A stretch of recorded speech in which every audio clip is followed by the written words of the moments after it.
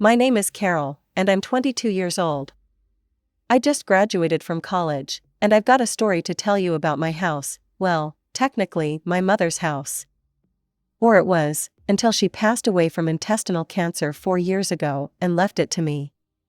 Mom was always the planning type. Even before the cancer diagnosis, she made sure everything was in order. The house was hers free and clear, she'd bought it before she even met my dad, and thank God for that foresight. She made sure I knew about the will, too. This way you'll always have a home, she told me, her voice steady, despite everything she was going through. Things weren't always this complicated. My parents' marriage lasted 10 years before Dad decided to leave us for another woman.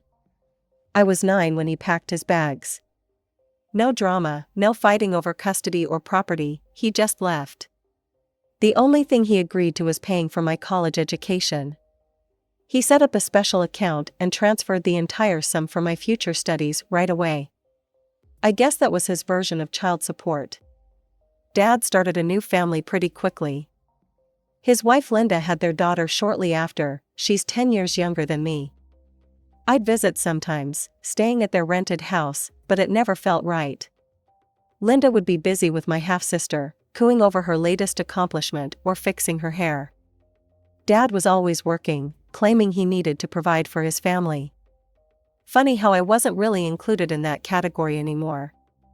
Carol, would you like to join us for dinner? Linda would ask, but her tone always suggested she hoped I'd decline. We kept things cordial though, exchanging birthday cards, holiday greetings, the occasional forced family dinner. It was all very proper and polite, in that uncomfortable way that makes your skin crawl. Mom made good money as a senior accountant, so when the cancer hit, she could focus entirely on treatment. I was 14 when we got the diagnosis. She quit her job immediately to focus on fighting the disease. For 4 years, we lived between hospital visits and treatment sessions. Mom never complained, not once. She just kept fighting, kept planning, kept making sure I would be okay. But cancer doesn't care about plans. I was 18 when she died, just weeks before I was supposed to leave for college in another state. The grief hit me hard, I could barely function. That's when Dad surprised me by actually stepping up. He, Linda, and my half-sister moved in temporarily to help me cope with the loss. I was too numb to question it at the time, too grateful for any support I could get. "We'll help you through this," Dad said, putting his arm around my shoulders. Linda nodded along, trying to look sympathetic while my half-sister explored what was now my house. By the end of summer, I was faced with a dilemma. College was starting in a few weeks, and I had no idea what to do with Mom's house, my house now. I couldn't bear the thought of selling it, but leaving it empty for 4 years didn't seem smart either. That's when Dad came up with his proposal over breakfast one morning. "Carol," he said, pushing his coffee mug aside, "I've been thinking. What if we stayed here? We'd pay all the bills, maintain the place. You wouldn't have to worry about anything while you're at school." I looked at Linda, who was making pancakes at the stove. She turned around and smiled. "It would be good for all of us," she added. "Sophie's already enrolled in the local school, and the house would be well taken care of." It made sense. During the 2 months they'd been staying with me, things had been surprisingly okay. Linda had stopped being so distant, and Sophie, my half-sister, had actually started treating me like a real sister instead of some stranger who showed up occasionally. So I agreed. Looking back, it seemed like the perfect solution. I packed up Mom's personal things, keeping what I wanted and storing the rest in the attic. I left for college feeling confident about my decision. Over the next 4 years, I came home during holidays and summer breaks. Those visits were nice, actually. Linda would cook these big welcome home dinners. "I made your favorite lasagna," she'd say, as if she'd always known my favorites. Sophie would drag me to her room to show me her latest artwork or tell me about school drama. During Christmas breaks, we'd all decorate the tree together. Dad would lift Sophie to put the star on top, while Linda and I argued good-naturedly about whether tinsel was tacky or classic. We'd sit around drinking hot chocolate, And sometimes I could almost forget that this wasn't the family I started with. Summer visits were different, longer, more relaxed. Sophie and I would spend afternoons by the community pool, and I'd help her with her summer reading. Linda would invite me to her book club meetings, and we'd actually have fun dissecting whatever romance novel they'd chosen that month. "Your sister's so good with Sophie," I overheard Linda telling Dad one evening. "It's nice having her home." That made me feel warm inside, like maybe we really had become a proper family. I called regularly during semesters, weekly chats with Dad about my classes, catching up with Linda about house maintenance, the roses you planted are blooming beautifully, Carol, and FaceTime sessions with Sophie, who kept me updated on her middle school adventures. Everything seemed perfect. We'd created this strange but functional family dynamic, built on the foundation of my mother's house. I never imagined it could all fall apart so quickly, but I guess that's the thing about houses. No matter how solid the foundation, you never know what's going on behind the walls. Finally, at 22, with my degree in hand and a job lined up back home, I was ready to start the next chapter of my life. I'd already accepted a position at Marshall & Brooks Financial in my hometown. They'd interviewed me via Zoom and offered me the job right away. Everything was falling into place perfectly. Or so I thought. The taxi dropped me off in front of my house on a sunny June afternoon. I stood there for a moment, taking in the familiar sight. Mom's rose bushes were in full bloom, though they looked different from how she used to maintain them. The lawn was neatly trimmed, and new curtains hung in the windows. Little changes that had happened while I was away at college.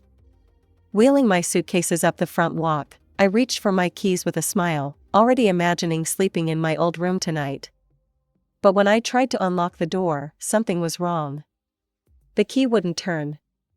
I tried again, thinking maybe I was just tired from the journey, but no, the key definitely didn't fit. "What the hell?" I muttered, trying the key again before finally giving up and knocking on the door, loudly, since it was the middle of the day and they might be watching TV. Linda opened the door, her eyes widening in surprise. She was wearing an apron and had flour on her hands, like she'd been baking. "Carol, what are you doing here?" I wheeled my suitcase inside, noticing Dad and Sophie in the living room, both looking equally startled by my appearance. Sophie was sprawled on the couch with her phone, while Dad sat in his favorite armchair, Mom's old armchair, actually, reading something on his tablet. "What do you mean? I live here," I said, looking around at what seemed like subtle changes to the living room decor. "Why were the locks changed?" Dad scratched his neck, that nervous habit he's had since forever. "Oh, that. Yeah, I changed them last month.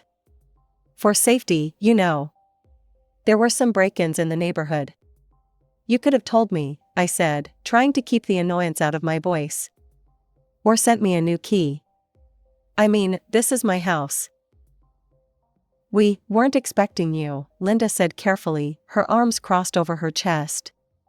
She'd wiped the flour off her hands and was looking increasingly uncomfortable. "Why not? I graduated last week. I told you guys I was coming home to start my new job." I looked between them, feeling increasingly uneasy. Something was off about their reactions. Sophie had even put down her phone and was watching the scene unfold with an odd expression. "Carol," Dad cut in suddenly, standing up. "Can we talk in the office for a minute?" I followed him into Mom's old office, my office now, technically. The room still had Mom's degrees on the wall, her collection of financial reference books on the shelves. He closed the door behind us, and I noticed his hands were shaking slightly as he turned to face me. "Listen, honey," he started, his voice low. "There's something you need to know. Linda, well, she thinks this house belongs to me." I stared at him, not comprehending. "What?" "I told her it was my house," he continued, not meeting my eyes.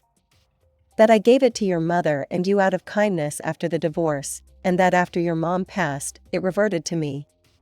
She thinks you've just been living here because I allowed it." I must have stood there gaping at Dad for a full minute before finding my voice again. My first instinct was to storm out of the office and tell Linda everything. Now I understood her surprised look when I showed up. In her mind, I was just some freeloader trying to crash in their house. I have to tell her the truth, I said, moving toward the door, but Dad caught my arm. Please, Carol, he begged, his voice barely above a whisper. Just give me a little time. I'll find us a new place to live, I promise. I just need to figure out how to tell her without destroying our marriage. Destroying your marriage? I hissed. What about what you're doing to me? He pulled a set of keys from his pocket, holding them out like a peace offering. These are for the new locks. Please, sweetheart. Just a few weeks, that's all I'm asking. Let me handle this my way. I took the keys, feeling sick to my stomach. Fine, I said finally. But this is insane, Dad. You know that, right? He nodded, relief washing over his face. Thank you, honey. I'll make this right, I promise. But things started going downhill immediately. At dinner that night, the atmosphere was thick with tension. Linda kept shooting me these looks across the table, all her previous warmth gone. The woman who used to bake my favorite cookies and invite me to book club now acted like I was a stranger who'd wandered in off the street. More potatoes, Dad? Sophie asked, completely oblivious to the tension. Would anyone mind if I redecorated the living room? Linda asked suddenly, not looking at me. The current setup is a bit dated. I gripped my fork tighter, knowing she was talking about Mom's furniture arrangement. Dad coughed awkwardly and changed the subject. The next morning, I was making coffee when Linda cornered me in the kitchen. She was still in her robe, hair uncombed, but her eyes were sharp and focused. Carol, she said, leaning against the counter. I think we need to talk about your plans. My plans? Yes. When are you planning to look for your own place? She asked it casually, like she was asking about the weather. Now that you have a job lined up, you should start thinking about moving out. You're a grown woman now, after all. I took a slow sip of coffee, counting to 10 in my head. Actually, I've talked to Dad about staying here for now. He's fine with it. Linda's lips pressed into a thin line, and for a moment, I thought she might argue. Instead, she just turned and walked out of the kitchen, leaving me alone with my cooling coffee and a growing sense of dread about how this was all going to play out. The next 2 weeks were like living in a hostile environment. Linda's attitude shifted from cold to downright passive-aggressive. She'd accidentally wash my clothes with colors that would bleed, claiming she forgot which laundry basket was mine. She'd cook family dinners, but conveniently make just enough for 3 people, acting surprised when I came to the table. When I tried to watch TV in the living room, she'd suddenly need to vacuum right there. If I was using the kitchen to make breakfast, she'd barge in and start reorganizing the cabinets, muttering about how some people never learn to keep things tidy. She even moved my mother's favorite vase from its spot on the mantel to some corner shelf, claiming it didn't match her new decorating vision. The worst part was watching Sophie follow her mother's lead. My half-sister, who just weeks ago had been sending me memes and calling me for advice about boys, now rolled her eyes whenever I entered a room. She started calling me that girl when talking about me to her friends on the phone, loud enough for me to hear. Despite the tension at home, my professional life was taking off. I visited Marshall and Brooks Financial, where they showed me my future workspace, a nice corner desk with a view of downtown. My future colleagues seemed friendly and welcoming, especially Sarah from the risk assessment team, who offered to take me to lunch. When do you start? She asked over sandwiches. 2 weeks, I replied. Just enough time to settle in at home. That evening at dinner, I shared my start date with the family, trying to maintain some semblance of normalcy. They showed me my office today. I start in 2 weeks. Linda's fork clinked against her plate as she set it down with exaggerated care. Well, isn't that wonderful? Once you get your first paycheck, you can start looking for your own apartment. I know of some nice complexes across town, very affordable for young professionals. I caught Dad's pleading look across the table. His eyes seemed to beg me to keep quiet, to maintain his lie just a little longer. I stabbed at my peas and said nothing. To avoid the tension at home, I started reconnecting with old high school friends. Katie and Jessica were still in town, and we'd meet for coffee or shopping trips, falling back into our old rhythms as if no time had passed. But coming home was always uncomfortable. I'd walk in and hear hushed conversations from the kitchen or living room that would stop abruptly when I appeared. Dad and Linda would spring apart like guilty teenagers, papers would be hastily shoved into drawers, and fake smiles would plaster themselves across their faces. Saturday morning, I woke up to an unusually quiet house. No sound of Linda's weekend meal prep in the kitchen, no Sophie's music blasting from her room, no Dad watching sports on TV. The silence felt wrong somehow, like the calm before a storm. I padded downstairs in my pajamas, checking each room as I went. The kitchen was spotless, not just clean, but unused since the night before. The living room was empty, the throw pillows perfectly arranged on the couch. Sophie's boots, usually cluttering the entryway, were gone. Even Dad's car wasn't in the driveway. I checked my phone, no messages, no notes about where everyone had gone. My first thought was that maybe they'd gone out for breakfast, but something felt off. They never went out for breakfast without at least leaving a note. Even during these tense weeks, they'd maintained that basic courtesy. I tried calling Dad first, but his phone went straight to voicemail. Weird. I tried a few more times with the same result, that automated voice telling me the person I was trying to reach was unavailable. A knot started forming in my stomach. Finally, I called Linda. She picked up on the fourth ring, just as I was about to hang up. "What do you want?" Her voice was sharp, hostile in a way I'd never heard before. In the background, I could hear waves and what sounded like tropical music. "I just wanted to know where everyone is," I said, caught off guard by her tone. I woke up and the house was empty. She laughed, an ugly, mean sound that made my stomach clench. "Oh, didn't we tell you? We're in the Maldives. First-class flights, luxury resort, the works. We didn't mention it because, frankly, we didn't want you tagging along and expecting us to pay for you too. Not that you'd know anything about paying for things yourself." "What? I wouldn't." "Save it," she cut me off. "I'm sick of this whole situation. You're nothing but a lazy freeloader, living in our house like you own the place. Your father might put up with it, but I'm done. Do you know how embarrassing it is to have a grown woman living in our house, eating our food, using our utilities?" My hands were shaking so hard I could barely hold the phone. I sank into one of the kitchen chairs, my mother's chairs, actually, my legs suddenly too weak to hold me up. "Linda, No, you listen to me," she snarled. "Your father never loved you, you were just an obligation. He already wasted enough money on your college education, and now you're squatting in our house like some entitled princess. Well, I've had enough. Did you think you could just live here forever? Mooching off us while we work hard to maintain this home?" I could hear Sophie giggling in the background, and Dad's muffled voice saying something I couldn't make out. The betrayal felt like a physical blow. "When we get back," she continued, her voice dripping with venom, "I want you gone. Do you understand me? Pack your things and get out of our house. If you're still there when we return, I'll throw you out myself. And trust me, I won't be gentle about it. I don't care where you go, live on the street for all I care. You're not our problem anymore. And don't bother trying to call your father.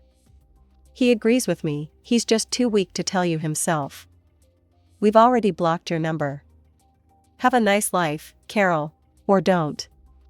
I really couldn't care less." The line went dead. I sat in that kitchen for what felt like hours, fury slowly replacing shock. They were living in my house, the house my mother had worked for, had left to me, and they had the nerve to call me a freeloader? To try to throw me out? Well, I'd had enough of playing along with Dad's lies. I blocked their numbers on my phone, my hands still shaking, but now with anger rather than hurt. Then I started methodically going through the house, gathering their belongings. Linda's expensive clothes, Sophie's school stuff, Dad's golf clubs, everything went into boxes and suitcases. I worked through the entire Saturday, fueled by rage and bitter disappointment. By Sunday morning, I had their life packed up and stacked in the garage. I found a 24-hour locksmith who could come right away. He worked quickly, replacing the locks on all the doors. It cost a small fortune, but it was worth every penny. When he finished, I handed him my credit card, feeling a strange sense of satisfaction as I clutched the new keys. Monday morning, I started my new job at Marshall & Brooks. For 2 weeks, I threw myself into work, learning the ropes, making new friends, trying not to think about the confrontation I knew was coming. I kept their stuff in the garage, but I rearranged the house back to how Mom had it, removing every trace of Linda's decorating vision. Then came that Friday. I pulled into the driveway after work to find them standing there, Dad looking nervous, Linda red-faced with fury, and Sophie hanging back with a scowl. They must have just gotten back from their vacation. Their suitcases were still in their rental car. Linda started screaming before I even got out of my car. "How dare you change our locks? How dare you lock us out of our own house?" I walked calmly past them to unlock the door. Linda followed, still yelling. "We're calling the police. This is breaking and entering. This is our house." I turned to face them, something inside me finally snapping. "No, Linda, it's not your house. It never was. This house belongs to me. My mother bought it before she even met Dad. She left it to me in her will. The only reason you've been living here is because I allowed it, temporarily." Linda laughed, but it was an uncertain sound. She looked at Dad. "Tell her she's lying. Tell her this is our house." Dad wouldn't meet anyone's eyes. He just shrugged, his shoulders slumping. "She's telling the truth. The house, it was always hers." I watched as the truth sank in, as Linda's face transformed from rage to calculation in a matter of seconds. Her entire demeanor changed, like a switch had been flipped. "Oh, Carol, sweetheart," she said, forcing a laugh. "You didn't think I was serious on the phone, did you? I was just joking. You know how I can get sometimes. All that sun and those tropical cocktails went to my head."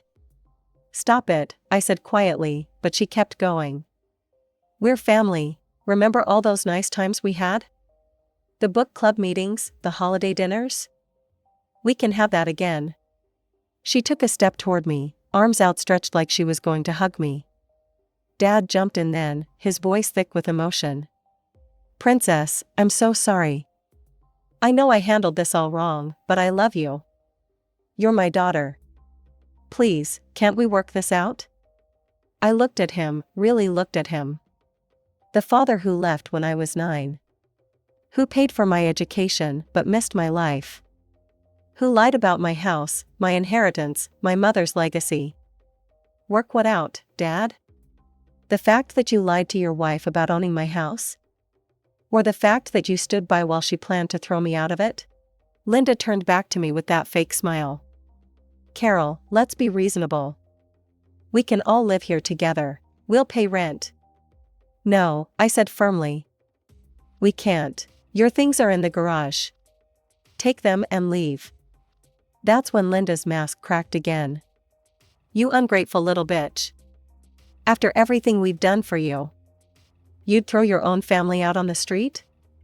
I felt oddly calm as I replied, "You just spent what, $10,000 on a luxury vacation you deliberately hid from me?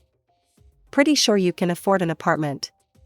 "Carol, please," Dad tried again, reaching for my arm. "I know I messed up, but..." "No," I cut him off. "You didn't mess up, you lied. 4 years. You let your wife believe she owned my mother's house. You watched her try to redecorate it, rearrange it, erase every trace of Mom. And when she planned to throw me out, you said nothing." "I was going to tell her the truth," he protested. "When? After I was gone?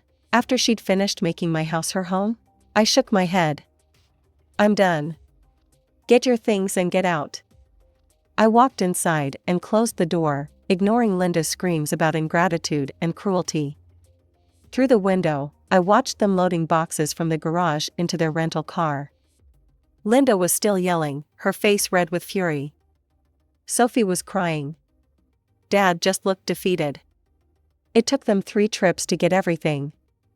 As they loaded the last box, Dad tried one more time, knocking on the door. I didn't open it.